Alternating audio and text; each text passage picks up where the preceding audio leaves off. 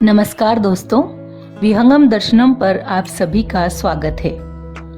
आज मैं जिस कहानी के साथ यहाँ उपस्थित हूँ उसका शीर्षक है भोला राम का जीव। इस कहानी के रचयिता हैं हरिशंकर परसाई। ऐसा कभी नहीं हुआ था। धर्मराज लाखों वर्षों से असंख्य आदमियों को कर्म और सिफारिश के आधार पर स्वर्ग या नरक में निवास स्थान अलॉट करते आए थे, पर ऐसा कभी नहीं हुआ था। सामने बैठे चित्रगुप्त बार बार चश्मा पोंछ, बार बार थूक से पन्ने पलट रजिस्टर पर रजिस्टर देख रहे थे। गलती पकड़ में ही नहीं आ रही थी। आखिर उन्होंने खींच कर रजिस्टर इतने जोर से बंद किया कि मक्खी चपेट में आ गई। उसे निकालते हुए वे बोले, महाराज, रिकॉर्ड सब ठीक है। भोला राम के जीव ने 5 दिन पहले देह त्यागी और यमदूत के साथ इस लोक के लिए रवाना भी हुआ, पर यहाँ अभी तक नहीं पहुँचा। धर्मराज ने पूछा, और वह दूत कहाँ है? महाराज, वह भी लापता है। इसी समय द्वार खुले और एक यमदूत बदहवास वहाँ आया। उसका मौलिक कुरूप चेहरा परिश्रम, परेशानी और भय के कारण और भी विकृत हो गया था। उसे देखते ही चित्रगुप्त चिल्ला उठे, अरे तू कहाँ रहा इतने दिन? भोला राम का जीव कहाँ है? यमदूत हाथ जोड़कर बोला, दया निधान, मैं कैसे बताऊं कि क्या हो गया। आज तक मैंने धोखा नहीं खाया था, पर भोला राम का जीव मुझे चकमा दे गया। 5 दिन पहले जब जीव ने भोला राम का देह त्यागा, तब मैंने उसे पकड़ा और इस लोक की यात्रा आरंभ की। नगर के बाहर ज्यों ही मैं उसे लेकर एक तीव्र वायु तरंग पर सवार हुआ, त्यों ही वह मेरी चंगुल से छूटकर न जाने कहां गायब हो गया। इन 5 दिनों में मैंने सारा ब्रह्मांड छान डाला, पर उसका कहीं पता नहीं चला। धर्मराज क्रोध से बोला, मूर्ख, जीवों को लाते लाते बूढ़ा हो गया, फिर भी एक मामूली बूढ़े आदमी के जीव ने तुझे चकमा दे दिया। दूत ने सिर झुकाकर कहा, महाराज, मेरी सावधानी में बिल्कुल कसर नहीं थी। मेरे इन अभ्यस्त हाथों से अच्छे अच्छे वकील भी नहीं छूट सके, पर इस बार तो कोई इंद्रजाल ही हो गया। चित्रगुप्त ने कहा, महाराज, आजकल पृथ्वी पर इस प्रकार का व्यापार बहुत चला है। लोग दोस्तों को कुछ चीज भेजते हैं और उसे रास्ते में ही रेलवे वाले उड़ा लेते हैं। होजरी के पार्सलों के मोजे रेलवे अफसर पहनते हैं। मालगाड़ी के डब्बे रास्ते में कट जाते हैं। एक बात और हो रही है, राजनीतिक दलों के नेता विरोधी नेता को उड़ाकर बंद कर देते हैं। कहीं भोला राम के जीव को भी तो किसी विरोधी ने मरने के बाद खराबी करने के लिए तो नहीं उड़ा दिया। धर्मराज ने व्यंग से चित्रगुप्त की ओर देखते हुए कहा, तुम्हारी भी रिटायर होने की उम्र आ गई। भला भोला राम जैसे नगण्य दीन आदमी से किसी को क्या लेना देना। इसी समय कहीं से घूमते घामते नारद मुनि यहाँ आ गए। धर्मराज को गुमसुम बैठ देख बोले, क्यों धर्मराज, कैसे चिंतित बैठे हैं? क्या नरक में निवास स्थान की समस्या अभी हल नहीं हुई? धर्मराज ने कहा, वह समस्या तो कब की हल हो गई। नरक में पिछले सालों में बड़े गुणी कारीगर आ गए हैं। कई इमारतों के ठेकेदार हैं जिन्होंने पूरे पैसे लेकर रद्दी इमारतें बनाई। बड़े बड़े इंजीनियर भी आ गए हैं जिन्होंने ठेकेदारों से मिलकर पंचवर्षीय योजनाओं का पैसा खाया। ओवरसीयर है जिन्होंने मजदूरों की हाजिरी भरकर पैसा हड़पा, जो कभी काम पर गए ही नहीं। इन्होंने बहुत जल्दी नरक में कई इमारतें तान दी हैं। वह समस्या तो हल हो गई, पर एक बड़ी विकट उलझन आ गई है।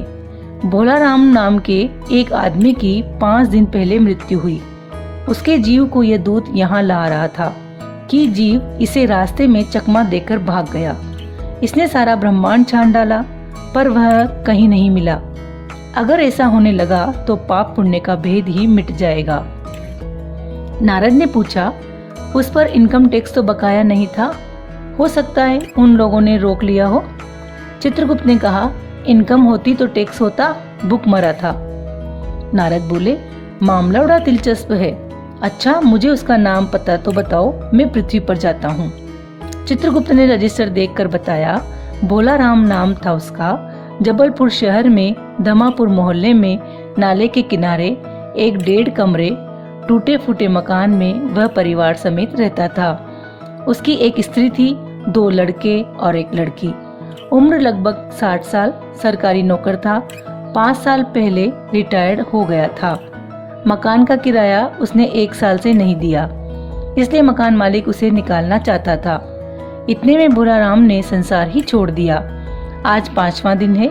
बहुत संभव है कि अगर मकान मालिक वास्तविक मकान मालिक है तो उसने भोलाराम के मरते ही उसके परिवार को निकाल दिया होगा।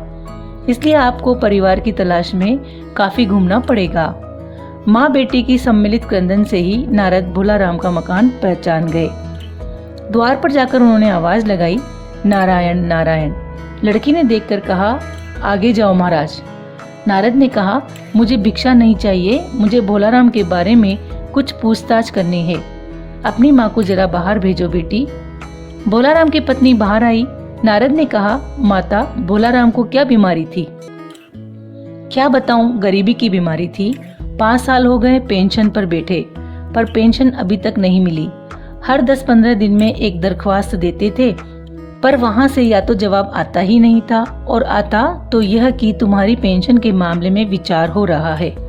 इन 5 सालों में सब गहने बेचकर हम लोग खा गए, फिर बर्तन बिके, अब कुछ नहीं बचा था। चिंता में घुलते घुलते और भूखे मरते मरते उन्होंने दम तोड़ दी। नारद ने कहा, क्या करोगी माँ? उनकी इतनी ही उम्र थी। ऐसा तो मत कहो महाराज, उम्र तो बहुत थी। 50-60 रुपया महीना पेंशन मिलती तो कुछ और काम कहीं करके गुजारा हो जाता, पर क्या करें, 5 साल नौकरी से बैठे हो गए और अभी तक एक कौड़ी नहीं मिली। दुख की कथा सुनने की फुर्सत नारद को थी नहीं। वे अपने मुद्दे पर आए। माँ, ये तो बताओ कि यहाँ किसी से उनका विशेष प्रेम था जिसमें उनका जी लगा हो?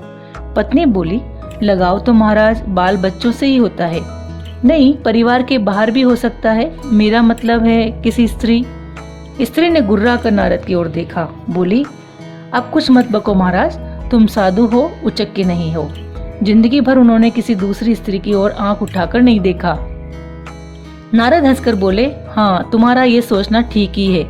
यही हर अच्छी गृहस्थी का आधार है। अच्छा माता, मैं चला। स्त्री ने कहा, महाराज आप तो साधु हैं, सिद्ध पुरुष हैं, कुछ ऐसा नहीं कर सकते हैं कि उनकी रुकी हुई पेंशन मिल जाए, इन बच्चों का पेट कुछ दिन भर जाए। नारद को दया आ गई थी। वे कहने लगे, साधुओं की बात कौन मानता है? मेरा यहाँ कोई मठ तो है नहीं, फिर भी मैं सरकारी दफ्तर जाऊंगा और कोशिश करूंगा। वहां से चलकर नारद सरकारी दफ्तर पहुंचे। वहां पहले ही से कमरे में बैठे बाबू से उन्होंने भोलाराम के केस के बारे में बातें की। उस बाबू ने उन्हें ध्यान पूर्वक देखा और बोला, भोलाराम ने दरख्वास्तें तो भेजी थी, पर उन पर वजन नहीं रखा था, इसलिए कहीं उड़ गई होंगी। नारद ने कहा, भाई ये बहुत से पेपर वेट तो रखे हैं, इन्हें क्यों नहीं रख दिया? बाबू हंसा, आप साधु हैं, आपको दुनियादारी समझ में नहीं आती। दरख्वास्तें पेपर वेट से नहीं दबती। खैर, आप उस कमरे में बैठे बाबू से मिलिए। नारद उस बाबू के पास गए। उसने तीसरे के पास भेजा, तीसरे ने चौथे के पास, चौथे ने 5वें के पास। जब नारद 25-30 बाबुओं और अफसरों के पास घूम आए, तब एक चपरासी ने कहा, महाराज आप क्यों इस झंझट में पड़ गए? अगर आप साल भर भी यहाँ चक्कर लगाते रहे तो भी काम नहीं होगा। आप तो सीधे बड़े साहब से मिलिए, उन्हें खुश कर दिया तो अभी काम हो जाएगा। नारद बड़े साहब के कमरे में पहुंचे। बाहर चपरासी ऊँघ रहा था, इसलिए उन्हें किसी ने छेड़ा नहीं। बिना विजिटिंग कार्ड के आया देख साहब बड़े नाराज हुए। बोले, इसे कोई मंदिर वंदिर समझ लिया है क्या? धड़धड़ाते चले आए, चिट क्यों नहीं भेजी? नारद ने कहा, कैसे भेजता, चपरासी सो रहा है। क्या काम है? साहब ने रोब से पूछा। नारद ने भोलाराम का पेंशन केस बतलाया। साहब बोले, आप हैं बैरागी, दफ्तरों के रीति रिवाज नहीं जानते। असल में भोलाराम ने गलती की। भाई ये भी एक मंदिर है, यहाँ भी दान पुण्य करना पड़ता है। आप भोलाराम के आत्मीय मालूम होते हैं। भोलाराम की दरख्वास्तें उड़ रही हैं, उन पर वजन रखिए। नारद ने सोचा कि फिर यहाँ वजन की समस्या खड़ी हो गई। साहब बोले, भाई सरकारी पैसे का मामला है, पेंशन का केस 20 दफ्तरों में जाता है, देर लग ही जाती है। 20 बार एक ही बात को 20 जगह लिखना पड़ता है, तब पक्की होती है। जितनी पेंशन मिलती है उतने ही स्टेशनरी लग जाती है। हाँ, जल्दी भी हो सकती है, मगर। साहब रुके। नारद ने कहा, मगर क्या? साहब ने कुटिल मुस्कान के साथ कहा, मगर वजन चाहिए। आप समझे नहीं, जैसे आपकी ये सुंदर वीणा है, इसका भी वजन भोलाराम की दरख्वास्त पर रखा जा सकता है। मेरी लड़की गाना बजाना सीखती है, ये मैं उसे दे दूंगा। साधु संतों की वीणा से तो और अच्छे स्वर निकलते हैं। नारद अपनी वीणा छीनते देख जरा घबराए, पर फिर संभल कर उन्होंने वीणा टेबल पर रखकर कहा, यह लीजिए, अब जरा जल्दी उसकी पेंशन ऑर्डर निकाल दीजिए। साहब ने प्रसन्नता से उन्हें कुर्सी दी, वीणा को एक कोने में रखा और घंटी बजाई। चपरासी हाजिर हुआ। साहब ने हुक्म दिया, बड़े बाबू से भोलाराम के केस की फाइल लाओ। थोड़ी देर बाद चपरासी भोलाराम की 100-150 दरख्वास्तों से भरी फाइल लेकर आया। उसमें पेंशन के कागजात भी थे। साहब ने फाइल पर नाम देखा और निश्चित करने के लिए पूछा, क्या नाम बताया साधु जी आपने? नारद समझे कि साहब कुछ ऊंचा सुनते हैं, इसलिए जोर से बोले, भोलाराम। सहसा फाइल में से आवाज आई, कौन पुकार रहा है मुझे? पोस्टमैन है क्या? पेंशन का ऑर्डर आ गया? नारद चौंके, पर दूसरे ही क्षण बात समझ गए। बोले, भोलाराम, तुम क्या भोलाराम के जीव हो? हाँ, आवाज आई। नारद ने कहा, मैं नारद हूँ, तुम्हें लेने आया हूँ। चलो, स्वर्ग में तुम्हारा इंतजार हो रहा है। आवाज आई, मुझे नहीं जाना, मैं तो पेंशन की दरख्वास्तों पर अटका हूँ। यही मेरा मन लगा है, मैं अपनी दरख्वास्तें छोड़कर नहीं जा सकता।